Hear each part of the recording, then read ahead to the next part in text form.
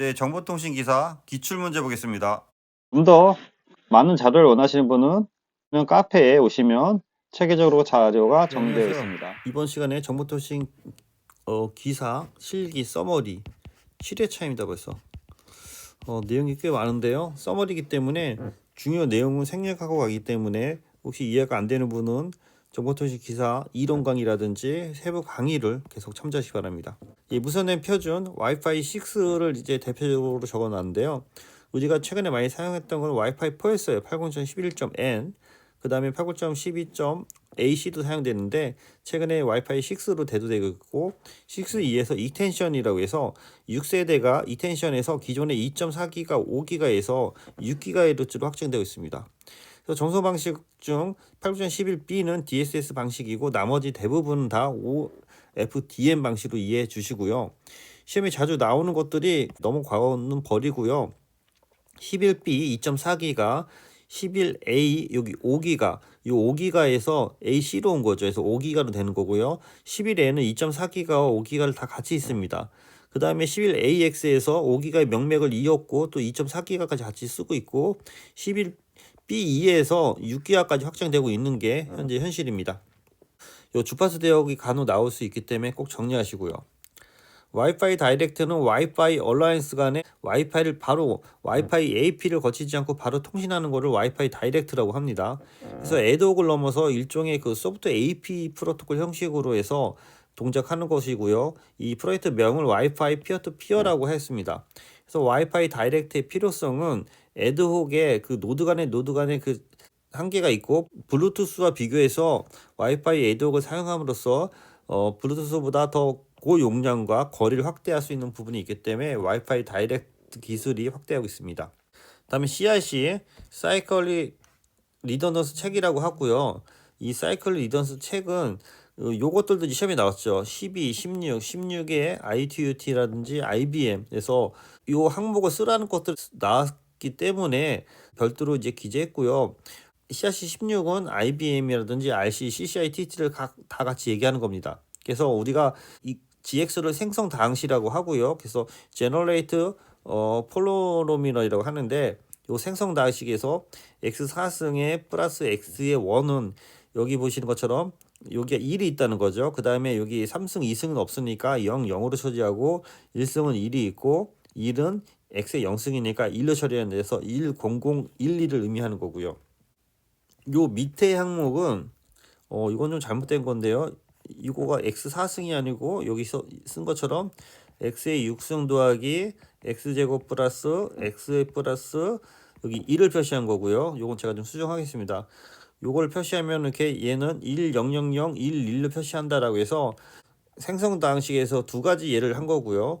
이런 생성당식을 형성을 해서 리마인더를 만들어서 여기 리마인더를 다시 애드해서 보낸다는 거죠. 그래서 네트워크 등을 통해서 데이터를 송신할 때 전달되는 데이터가 오류가 있는지 확인하기 위한 책성 값을 만드는데 그 책성 값을 여기 얘기한 생성 방식을 통해서 여기 실은 데이터랑 여기 보면 CRC에 대한 검사를 해서 요 리마인더가 0이 안 나오면 이거는 문제가 있다라는 식으로 점검하는 부분이 되겠습니다. 그래서 CRC 점검을 위해서 여기 보면 생성 당식의 그 함수와 원본 패킷에 요거를 추가해서 데이터를 보내고 그 데이터를 보낸 것을 다시 생성 방식으로 해서 나눠서 계산해서 0이 떨어지는지 안 떨어지는지를 보는 부분이 되겠습니다. 이 부분은 제가 별도로 영상을 찍어놨기 때문에 저 별도 영상 참조하시기 바랍니다. 다음 이더넷의 802.3 또는 CSMA CD에 대해서 얘기하고 있는데요. 제력사에서 개발한 베이스밴드 랜에서 어떤 그 신호를 보내기 위한 방법이 되는 거고요. CSMA CD 방식을 사용해서 최소 10Mbps로 동작하는 랜에서 사용했습니다. 그래서 802.3 맵 프레임 구조를 보면 프레임업을 시작을 의미하고 스타트 필드 델리미네이트에서 스타트 부분을 나타내고 있고요. 그래서 총 프레임업과 함께 8바이트를 할당돼 있고 여기 목적지 주소, 여기 송신지 주소, 여기 랜스에 데이터 페이딩, CRC 등이 들어가는데 이 안에도 DSAP라든지 SSAP라든지 다양한 어떤 설정값이 들어갔는데 요건 참조하시고요. 기본적으로 이더넷 프레임 쓸 수 있게 프레임업을 SFP에서 총 8바이트, 목적지, 주소, 송신지 주소에서 6바이트 6바이트, 랜스 PDU, CRC에서 요 CRC 4바이트가 들어간다. 요것 때문에 요 부분을 추가했습니다. 그래서 FEC랑 ARQ에 대한 구분이 되는데요. FEC는 순방의 오류 정정이고 ARQ는 오류 발생 시 추가 데이터에 요청을 해서 오류 데이터와 추가 데이터를 비교해서 오류 유무를 점검하는 방법이 되겠습니다. 그래서 오토매틱 리퀘스트라고 하고요.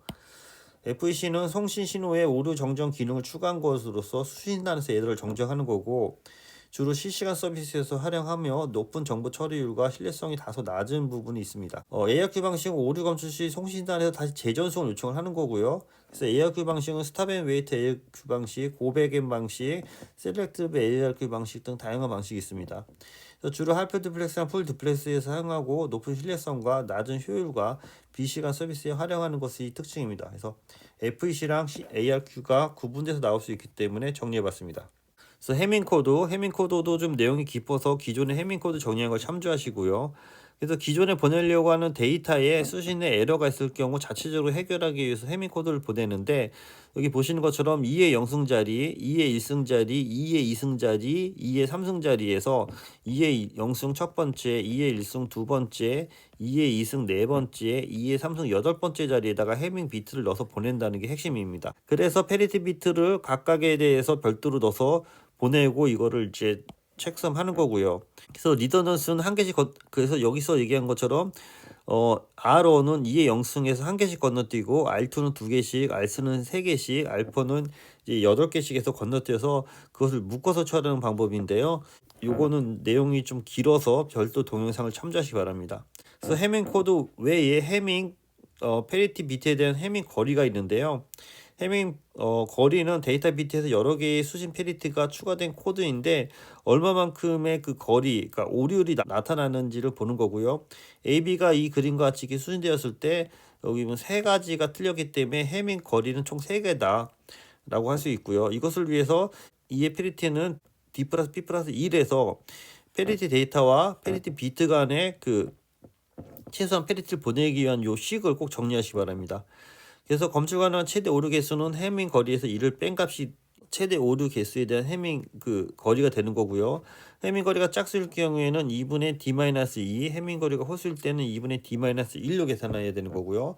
해밍 거리가 많을수록, 해밍 거리가 클수록 오류를 검출하고 정정할 수 있는 능력이 커지게 되는 것입니다. 자, 요거 같은 예에서는 익스클루시브 OI 갖고 서로 틀린 거가 이제 3개가 나오기 때문에 해밍 디스턴스가 이제 3개가 되는 거죠. 그래서 데이터 1과 데이터 2를 익스클루시브 OI에서 나온 그 이 세 개가 해밍 거리 웨이트가 3이 되는 거고요. 해밍 디스턴스는 3으로 판단합니다. 그래서 해밍 웨이트는 부열 중에 0이 하는 개수로 생성이 되는 거고요. 오류 검출 능력은 D의 미니멈 마이너스 1이 되는 거고, 오류 정정 능력은 2분의 D의 미니멈 마이너스 2가 되는 건데요. 요거는 해밍 거리가 짝수일 때 2분의 D의 미니멈 마이너스 2로 해서 정리하는 부분 되겠습니다.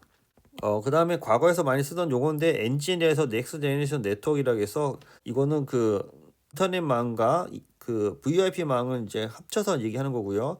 NGN은 서비스 계층, 제어 계층, 전송 계층으로 구분되어 있고, 요 안에 그 일반 음성 전화와 패킷망을 연결하기 위해서 미디어 게이트웨이 컨트롤러, 소프트웨어 게이트웨이 이런 것들이 연동돼서 사용하는 부분이 되겠습니다. 그래서 요거는 2000년대 전후에서 VoIP망이 활성화되면서 나온 기술이고요.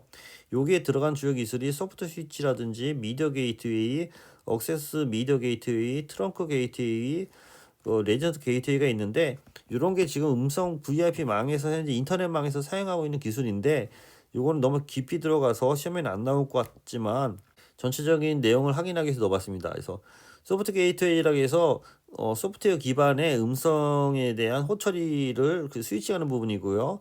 미디어 게이트웨이는 여기 보시는 것처럼 회선 교환과 패킷 교환망, 그러니까 기존의 PS망과 음성 패킷 인터넷 패킷망을 교환해주는 매체에 대한 그 교환 장비가 되는 거고요.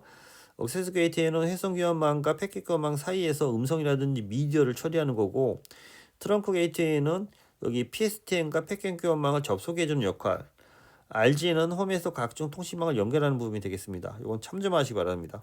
예, 위에서 얘기한 소프트 스위치가 있는데요. 소프트 스위치는 이제 IP망으로 해서 음성을 처리하고 멀티미디어 서비스를 제공하기 위한 호출이 라우팅 기능을 하는 거고요. 이 안에 SIP 프로토콜, MGCP라든지 H.323에서 다양한 프로토콜이 동작합니다. 그래서 IP망에서 그 미디어 게이트웨이 등으로 해서 리얼타임 프로토콜에서 연동이 되면은 이런 연동된 부분이 시그널 게이트웨이와 미디어 게이트 간의 SIP 프로토콜이라든지 MGCP 프로토콜 연동이 되는 거고요. 소프트 스위치를 통해서 이기종 게이트웨이 간의 서비스의 확장성과 소프트웨어 플랫폼을 제공하는데 요거는 VoIP 서비스를 위해서 기존의 PSTN을 연동하는 부분이 이제 그 미디어 게이트웨이가 되는 거고요. 요 미디어 게이트웨이랑 PSTN과 전체적으로 VoIP망을 연동하기 위해서 소프트 스위치가 들어간다. 그래서 그 소프트 스위치에 대한 주요 기능은 호 연결 기능에서 호와의 세션을 제어하고 압축 변환이라든지 그 잡음을 제거하는 거고요. 라우팅 기능, 교환 기간의 호 제어 기능, 과금 기능, 망 관리 기능, 유지 보수 기능 등이 들어갑니다. 그래서 여기에 주로 사용하는 프로토콜은 SIP 프로토콜이 기본적으로 사용되고 있고요. 이외에도 MGCP라든지 H.323, 메가코 등에 대한 프로토콜이 연동되고 있습니다. BCN은 브로드밴드 컨버전스 네트워크에서 여기도 이제 통신망과 음성, 데이터, 유무선 통신, 방송 등 다양한 솔루션이 연결돼서 지속적인 서비스를 제공하는 거고요. BCN은 브로드밴드 컨버전스 네트워크에 대해서 응용 계층, 제어 계층, 전달, 접속, 단말 계층이 있는데 이것도 2000년 전후에 많이 활발한 서비스였는데 최근에도 우리가 서비스를 받고 있습니다. 그렇지만 시험에는 요거는 생략해도 될 것 같아요. 요런 기술로 해서 발전되고 있다라는 것 때문에 제가 넣었습니다. 망분리, 망연계는 망분리는 통신망을 물리적이나 논리적으로 분리하는 거고요. 이 논리적이나 물리적으로 분리한 걸 다시 연결해서 써야 될 부분이 있기 때문에 망연계가 있는 겁니다. 그래서 분리된 망에서 데이터를 전달을 하는 부분이 있고요. 그러니까 어떤 통신망에 대해서 망을 분리해서 쓰지만 이 분리해서 쓴 망이 외부망과 내부망이 있지만 이 내부망과 외부망을 연결할 부분이 있기 때문에 그 연결하는 기능이 망 연계 기술이 되겠습니다. 그래서 망분리는 크게 물리적인 망분리와 논리적인 망분리로 나타내고 있고요. 물리적인 망분리는 PC를 두 개 나눠서 쓰는 거고 논리적인 망분리는 서버 기반의 망분리와 PC 기반의 망분리로 구분되어 있습니다. 요건 해당 항목에서 참조하시기 바랍니다. VoIP는 기존 회선 교환 방식에서 제공되는 음성 서비스를 IP 기반의 패킷 기반으로 서비스하는 게 VoIP고요. 보이스 오버 인터넷 프로토콜이라고 합니다. 그래서 신호 설정에서 H.323이나 SIP를 사용하는데 주로 H.323은 화상용, SIP가 음성용으로 사용하고 있고 이거를 컨트롤하기 위한 SCTP 프로토콜을 사용하고 있고 미디어를 컨트롤하기 위한 MGCP라든지 메가코어 등이 사용되고 있고 미디어 전달에 대한 프로토콜이 RTP라든지 RTCP 이것에 대한 음성 코딩을 G.712, 723, 729 등으로 해서 사용하고 있습니다. 좀 어려울 수 있는데요. 음성에 대해서 이렇게 전반적으로 돌아가는 것만 용어만 보시고 넘어가시기 바랍니다. IPCC는 IP 컨택 센터에서 현재 우리가 전화를 하면 상담사가 받는데요. 이 상담사가 받는 것들을 좀 더 이제 자동화하는 솔루션이 되겠습니다. 그래서 VoIP 기술을 이용해서 기존의 PSTN망이 아닌 인터넷망을 통해서 음성 서비스에 대한 자동 응답 기능 등을 제공하는 건데요. 이러한 기능 등을 제공하기 위해서는 이 안에 뭐 녹취라든지 팩스라든지 또는 고객용 DB라든지 다양한 서버들이 존재하는 거죠. 그래서 이런 것들이 안 될 때는 이제 상담원과 바로 연결하는 쪽으로 넘어가는 거고요. 그래서 이런 것과 연결되기 위해서 우리가 CTI 솔루션에서 컴퓨터 텔레폰 인테그레이션 기술이 들어가는 겁니다. 이 안에 이제 녹취를 위해서 인터랙티브 보이스 리스폰스 기능이 들어가는 거고요. 웹에서 전화 걸려오면 자동으로 응답하고 서비스를 시작하는 그러한 기능이 되겠습니다. VMS에서 보이스 메일 서비스를 해서 상담원에게 메일을 보내거나 또 메일을 상담원이 보내주는 기능이 되는 거고요. 이 안에 ACS를 해서 오토 콜링 서비스에서 컴퓨터가 자동으로 전화를 걸어주는 기능 등도 포함되어 있습니다. 그래서 이와 같은 통신 서비스가 이제 VoIP에 대해서 계속 얘기가 되고 있는데요. 이렇게 인터넷 전화기 등이 IPPBX로 연결되는 부분인데요. 기존에는 PSTN, PBX가 이제 IP 기반의 PBX로 연동된다는 거죠. 그래서 VoIP는 음성을 디지털 데이터로 변환해서 인터넷망을 경유해서 쓰는 방식이고요. 이런 부분이 나중에는 인터넷 전화가 IP 기반도 있지만 우리가 기존에 쓰는 PSTN망도 있고 또는 그 이동통신망으로 쓰는 이동통신 가입자들도 있다는 거죠. 그런 것들을 연결하기 위한 다 게이트웨이 등이 필요한 거고요. 그래서 VoIP 구성에서는 이제 게이트웨이가 되게 중요합니다.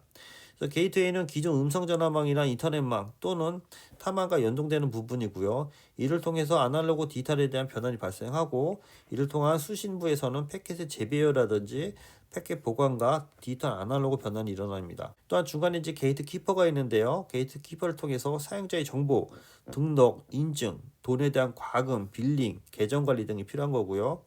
이 전체적으로 얘를 컨트롤하기 위한 MCU에서 멀티 포인트 컨트롤 유닛이 들어가서 멀티캐스팅 될 때 오디오, 비디오 스트리밍을 MCU 내에서 이 스트림을 혼합하고 재분배하는 기능을 합니다.